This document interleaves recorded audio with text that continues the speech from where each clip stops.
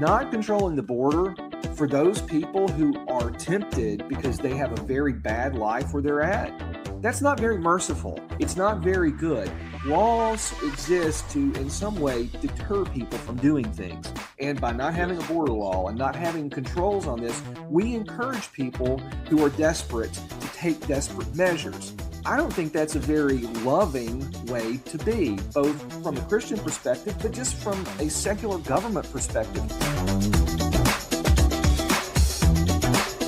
Well, hello, listeners. You are listening to Faith in Action. I'm your host, Matthew Nowlin. And I'm Shawn Graham. We lead Conservative Christians of Tennessee, and we are tickled pink you're listening to the show. Conservative Christians of Tennessee exists to analyze political policy and politicians in Tennessee in and out of the church, and offer a conservative Christian worldview to support conservative Christians of Tennessee in our educational efforts, our public policy analyses, and other needed endeavors. You can give a one-time or a recurring gift at patreon.com/TNChristian. It'd be a big blessing and help us a lot if you do. We want to glorify God. That's our mission by helping you to glorify God. Please don't hesitate to send us any questions or comments through email. You can reach me directly by emailing Matthew at tnchristian.com. Or Shawn, SHAWN, at tnchristian.com. And if you want to help me beat the shadow ban on X, I'm banned because I talk too much about trans-related issues from a Christian perspective. You can follow me. I'm at MNBookman on X. Again, that's at MNBookman. Help me beat the man. Our scripture for today is from Jeremiah, the 10th chapter, verses 3-5. For the customs of the people are vain, for one cutteth a tree out of the forest, the work of the hands of the workman with an axe. They deck it with silver and gold. They fasten it with nails and with hammers that move it not. They are upright as the palm tree, but speak not. They must needs be born because they cannot go. Be not afraid of them, for they cannot do evil, neither also is it in them to do good. Now, listeners, we never want to minimize or belittle the loss of life, especially when it's due to petty political differences and hyped up activism. Now, what does that look like in America? Well, it looks like George Floyd, an overdosed criminal dying while resisting arrest. Or it looks like Renee Good, a gay woman who tried to drive over an officer of the law in Minnesota. Now, these are truly tragic events, but there have been thousands of deaths at the hand of illegal aliens, and America has made it clear that supporting the illegal aliens and criminals is more important than protecting the innocent lives of Americans. That's got to change, and it is changing. We're at a crossroads. The question is, which way, Western man? Will you worship the new gods of winsomeness, or will you return to biblical law and order, which God gave us to help our land prosper? Now, that's clear. England is going towards godless Islam, and that nation, as a result of that, is heading towards total collapse because of it. Now, in America, thank God, the church is not dead, not dead yet. But if we don't turn from our ways and follow God's teachings, well, without God's help, the 250th anniversary of America will be its end, not its beginning. But under God, we can return to our founding. Today, we're pleased to have Alan Atchison, longtime friend of the show, back with us. Alan is a Southern Baptist living in the suburbs of beautiful Birmingham, Alabama. He earned a Master of Arts in Interdisciplinary Studies of History and Political Science from Western New Mexico University. He studied church history at Liberty Baptist Theological Seminary and holds a BA in Political Science from the University of Alabama at Birmingham. He's married to Paige, and they have one son. And Alan, it's been too long, but it's always great to have you on. Welcome back to Faith in Action. Thanks for having me, guys. It's good to be here. Definitely full of news going on. Yes. It is wild, isn't it? It's very, very wild, but it's sort of like if you think back to the last administration, it got a little bit calmer. There was not as much agitation going on in the streets, and then you get Trump back, and this is what we see. Yeah. So we're going to talk about immigration. You and I have done at least 2 radio shows on that, Alan, and I'm going to lay one ground rule. We can only say I told you so once. So if you want to get that. No, I mean, it's sad, but we've had broken immigration policies from really unprincipled leaders in the church, in the government. So tell our listeners what the immigration story is really about and how we really need to talk about ICE and immigration as Christians. Well, I think that one of the first things that's important to understand is it's not unbiblical to have some control over the people that are coming into your country. That has been the biggest ploy that people like long time, Russell Moore, who was at the Southern Baptist ERLC and then is at Christianity Today, has spread these ideas that you're not loving your neighbor if you don't have open borders and you don't have other things where people can just basically come into the country unrestricted. Famously, when we were talking about the Afghan refugees, he wrote, "These aren't terrorists." Well, turns out one was. And there was no vetting. It was chaos. So this is what I think. It was a lot more than just one. Yeah. Man, I agree with what you're saying. Sorry. No, Alan, we're just tired of it. It just feels like every time it's the same thing. And we look back and it's like the I told you so is real, but you just cannot say it any more clearly than this. Bad things happen and people see the bad things and we're reporting on it. And Alan, guys, with your voice, you were trying to point this out. I really think that the Christian ICE relationship is broken. We don't know how to react to that now because we were told these guys were all okay to deal with. I think that is one of the great failures of the church, and they were infiltrated by NGO monies and other corrupt influence. Some people would take money, and some people, they just like the stature of being quoted by the New York Times or being invited to the right parties when they are visiting DC. So we've had people who are not faithful necessarily to Scripture, but have been telling us that any type of law and order is somehow racist or bad and evil. And whether it's the George Floyd stuff that you guys mentioned with the riots, instead of cracking down on riots, it was encouraged by some people. In fact, we had megachurch pastors and people going during COVID out to marches for Black Lives Matter while closing their churches. So you can just sit down and look at a list of these things, of the failures of the church leadership, and it's widespread. And sadly, you're not just talking about David Platt. Even though you're explicitly talking about David Platt, you're not just talking about David Platt. Well, listeners, we'll get back to this in just a second, but first I want to tell you about our sponsor, Navita IT Managed Solutions. Navita IT Managed Services is much more than a help desk. They're more than a network administrator because Navita has decades of business consulting and analytics experience. While a lot of IT companies just react to whatever's broken when you call them, Navita proactively looks ahead to understand how money, relationships, and people flow through your business. Navita IT Managed Services works to keep your business growing as a healthy part of God's kingdom. They help churches at Navita. Navita helps businesses steward their resources to become the best possible business leader. So visit NavitaITManagedServices.com today to learn more about Navita IT Managed Solutions. And we're excited to have a veteran-owned Christian business like Navita. They just punch all the buttons on board with us this year. We know that you'll love them at your business. So use Navita for all your IT solutions. We're back with Alan Atchison talking about immigration. Alan, please try to be Moses for a minute, but lead us forward. Well, leading us out of this it's very complicated. We have created, because it's obvious, Democrats have a financial incentive and an electoral incentive to flood the nation with legals and illegals and attempt to cobble together a coalition. You can see that happening, for example, in the Somali community that they've managed to import, with Republican help, of course, to places like Minnesota and other these big cities. What we want, because there's a combination of things we're getting who don't really appreciate Western values. It's one thing to allow in who are committed to democracy and liberty and all of this stuff, but when you import people whose worldview doesn't include things like that, doesn't include respect for their fellow Americans, you get a dangerous situation. Then on top of that, the multiculturalism that infects our school systems, we get these people here and then we tell them how bad America is. We constantly tell them how there are problems here and America deserves your hatred. So we're doing everything we can to keep assimilating people, which is inherently dangerous.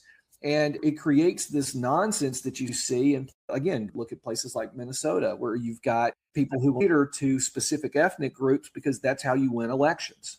Yes, and we're just finding out about the scale of this fraud. It's going to get bigger. It's infected the business world, the nepotistic hiring practices among H-1B visa holders. Look at the Capital One scandal, among the HR folks, where they hire other Indians to exclude folks that were born and raised in America. just because, they're going to get a cut of that paycheck, because they're going to go back to the values system of the country they came from, where it's common to give the person who hired you a portion of your check. So it is a different value system. Now, Alan, back in 2023, you pointed out that then current SBC president Clint, C-L-I-N-T, Pressley, P-R-E-S-S-L-E-Y, was not the right person to address immigration issues in America. Now, remind our listeners why that story was so true, and why is it relevant today? Well, I think he was kind of a great example of the SBC insider who went along with everything when they thought they had to listen to Russell Moore. So there was a video of him talking about how this guy that he had employed as a pastor in the church, I think it was like a Spanish speaking pastor or something like that, who was a dreamer, and that, he had no problem with that. He thought we should give them lots of opportunities to solve the problem of dreamers. But, if you remember, dreamers were this thing that Obama started for people who were brought here illegally and had been here for a very long time, raised here, and knew more about our country than other countries. So you can have some compassion for people like that. But Pressley had adopted that whole strain of thought coming from the ERLC at the time, and coming from Soros-funded NGOs agitating for Christians to promote Christian dreamers and to urge the change of immigration policy, refugee policy, based on that, to be more open and accepting. And that's been a long-standing trend. I think it was before 2012 or somewhere around there where we first got news that Soros-funded NGOs were using things like the evangelical immigration table to change how Christians think about these things. You're right. You mentioned the Soros immigration table. Trump has obviously said publicly that, they're looking at these guys. I think RICO charges have been mentioned. And as you said that, it just blew up in my mind right as you said that. I wonder if they bring RICO charges in on that, is there any chance that folks at the immigration forums, folks at World Relief, these guys who have really engaged in little more than human trafficking at the expense of Americans and to the detriment of our country, any chance those guys are going to get brought in on RICO charges? There's always the chance. Yeah. Am I going to be thinking that that's going to happen? I doubt it, because it takes a long time to get these things. There's a reluctance on the part of the professionals in the DOJ to do certain things. I'm skeptical that we'll see anything really come of that. I hope, and I'll continue to pray that people who have been trying to corrupt the church do get held accountable. I do think that there are chances, or there's a good warning here, I should say, for Christians. Back in the George W. Bush administration, there was this big push to use funding to faith-based charities. Yes. And before that, the government hadn't been doing that for a lot of reasons. So it was like religious liberty. So we all kind of thought, well, that'll be a good thing. But flip forward a few years, and then we see these large amounts of money, hundreds of millions of dollars flowing into these charities to help with refugee resettlement and other types of things. And I think that has been one of the biggest things that has corrupted the church and a lot of organizations. Yeah. You're talking about the points of light from Bush and that, but those failed. I mean, we saw how those were mopped up and became, it was grifting at some point. Tell us what the best model for actual immigration policies are going to be, and what's cheaper. It seems like we're out there. We're not a good effect for these people. Cheaper and safer. I think important. I changed a lot of my views on immigration policy when I was in grad school and I read this book, The Devil's Highway. It tells a story of, I think, a dozen people from South America and Central America who paid coyotes to smuggle them across the border. Unfortunately for this group of people, the organized crime don't care about these people's lives. They just want the money. So they took them through the desert. They had an inexperienced guide, got lost, separated. Some of them died. Some of them suffered serious injuries and were in the hospital for a very long time. Not controlling the border for those people who are tempted because they have a very bad life where they're at, that's not very merciful. It's not very good. Laws exist to, in some way, deter people from doing things. And by not having a border law, not having controls on this, we encourage people who are desperate to take desperate measures.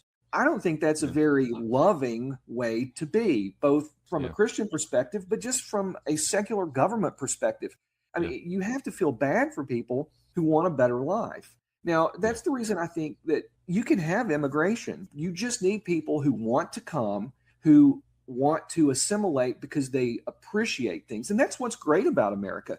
For hundreds of years, people have wanted to come here because there is the ability to go to a Baptist church instead of a state church, or there's the economic opportunities. There are a lot of reasons that people want to come here, but we've done a very bad job prioritizing those people, the ones who want to do it right. And instead, we allow people to jump the line. And in many cases, these are people who, like some of the Somali community, really hate America.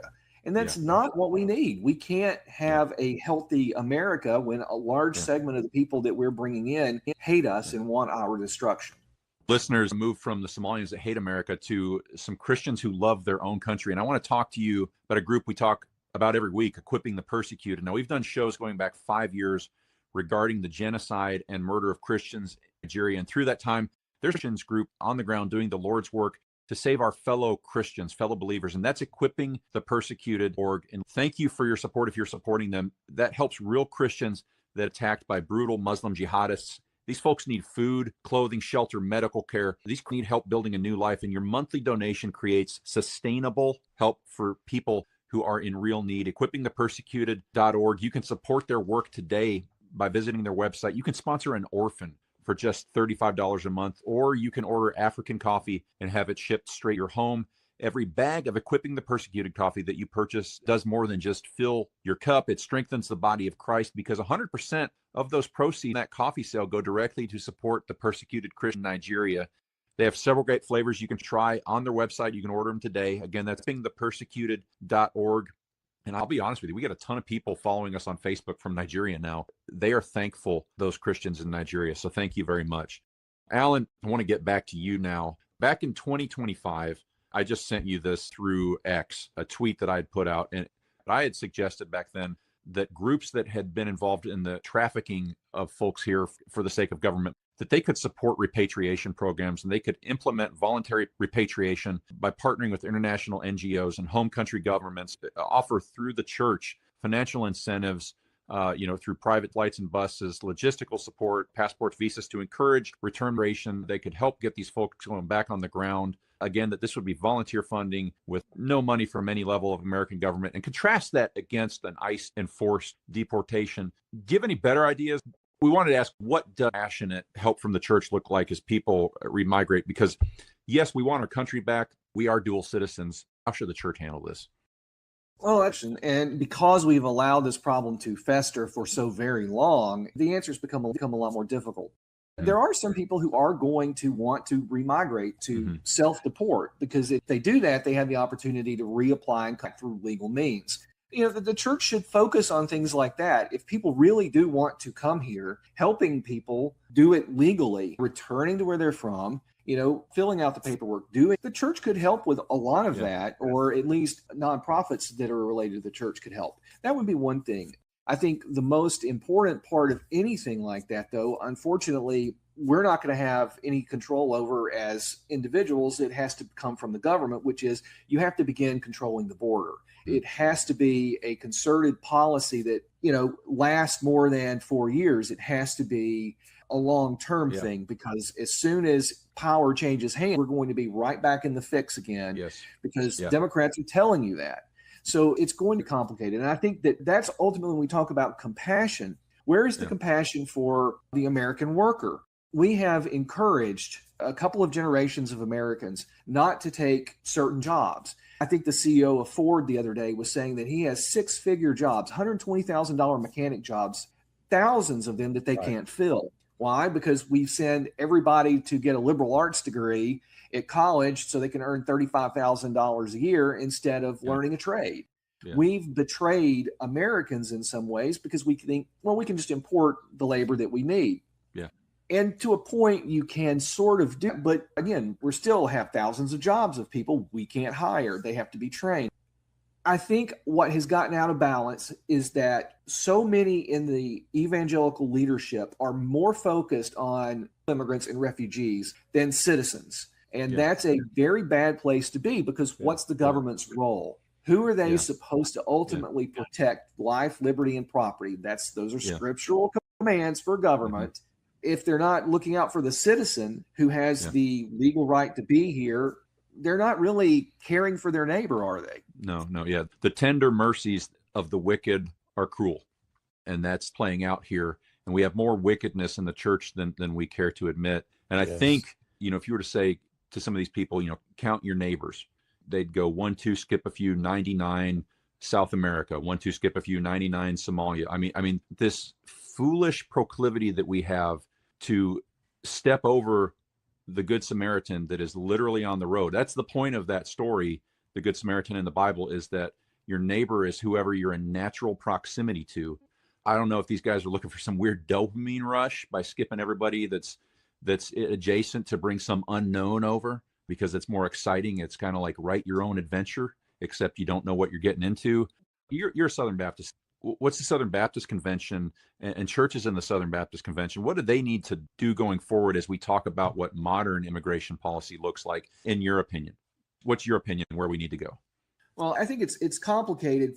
I have not so much problem accepting people who want to be here, who love the country, who accept the Western Christian values that are the fundamental nature of everything that we do. Also, I think the U.S. has benefited from allowing people to come into the country. I don't think we would have made it to the moon if we hadn't have taken Wernher von Braun and his Nazi scientist. And that was I will allow war captives.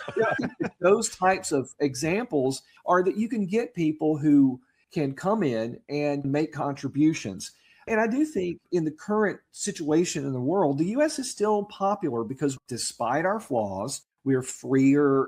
I mean, look at what's happened in Europe. They want to shut down X. So there's all of these issues that makes America great or appealing to people. But I do think that there has to be some, that melting pot analogy. Well, if people aren't melting and coming together, you're not going to be able to long-term succeed. And it could be capping things. Yeah. Certainly we need to change the way that we do refugees. I mean, we take too many refugees in these crisis situations. And then in many instances, we see people who don't really want to be here. And I think there was a study that a lot of these people who are refugees end up going back on vacation to the country they came from.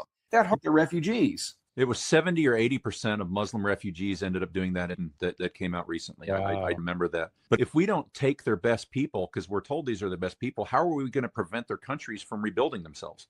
Well, that's a good point. There is a brain drain. Yes. You're taking everything that would be their goodness. That joke about it a little bit, but that is so backwards. If these people are going to contribute here, why are they not contributing to the nation they love? Why are we not encouraging that? We should be a blessing to that land and educating those people to be the best they can right there. Yeah. Well, that would be certainly cheaper than bringing certain people here, particularly low-skilled people, but even some high-skilled people. There are going to be costs associated with either. And in many instances, when you do take the best, and America has tended to do that for a long time, and it's worked out pretty good. I mean, we've got a lot of high technology that has benefited from that. But the flip side of that is exactly right. If you take all the smart people from these developing countries, how are they going to cope? And you hit something there. They should support the country they love. And in many instances, a lot of people, regardless, don't really love America. And it really begs the question, why are they here? Well, they're here to ultimately, because of the economic opportunity, with taking that and whatever they want with it and undermining what has made America great, which is our liberties. And that is, again, a God-given thing that we are stewards of. And we're not doing a very good job of protecting that. Yeah. Well, Alan, this has been a great show. I love your account on X. I wish you wrote more. You are one of the best news aggregator accounts I follow because that's essentially what you're doing now. Where can our listeners read more about your current work and what you think is important? They can find me on X, Capstone Report. They can find capstonereport.com. Periodically, I do write some things. I have not been writing as much lately because I've had other projects. Sort of taking a break because you can only say so many times, hey, SBC, you guys are acting stupid here. Please reconsider. So I kind of got to thinking, God's given me everything I've had to say about that. So let some other people have things to say. But I'll post things at Capstone Report and on Twitter. Well, thank you, Alan. Genuinely, thank you for coming on to talk with us about immigration and the cultural issues and political issues around it. But most importantly, the church is and how Christians should handle Listeners, please visit capstonereport.com. You can stay informed on these issues as they relate to the church in America. And again, he's Capstone Report on X. Remember that on tnchristian.com, we have links to past shows, articles about current events affecting Tennessee and the entire nation. And if you want to support our work, again, thank you. That's patreon.com/tnchristian. We've been blessed this year. We picked up more supporters. It's going to enable us to do more things. And until next week, remember our favorite promise from the book of Exodus: the Lord shall reign forever and ever.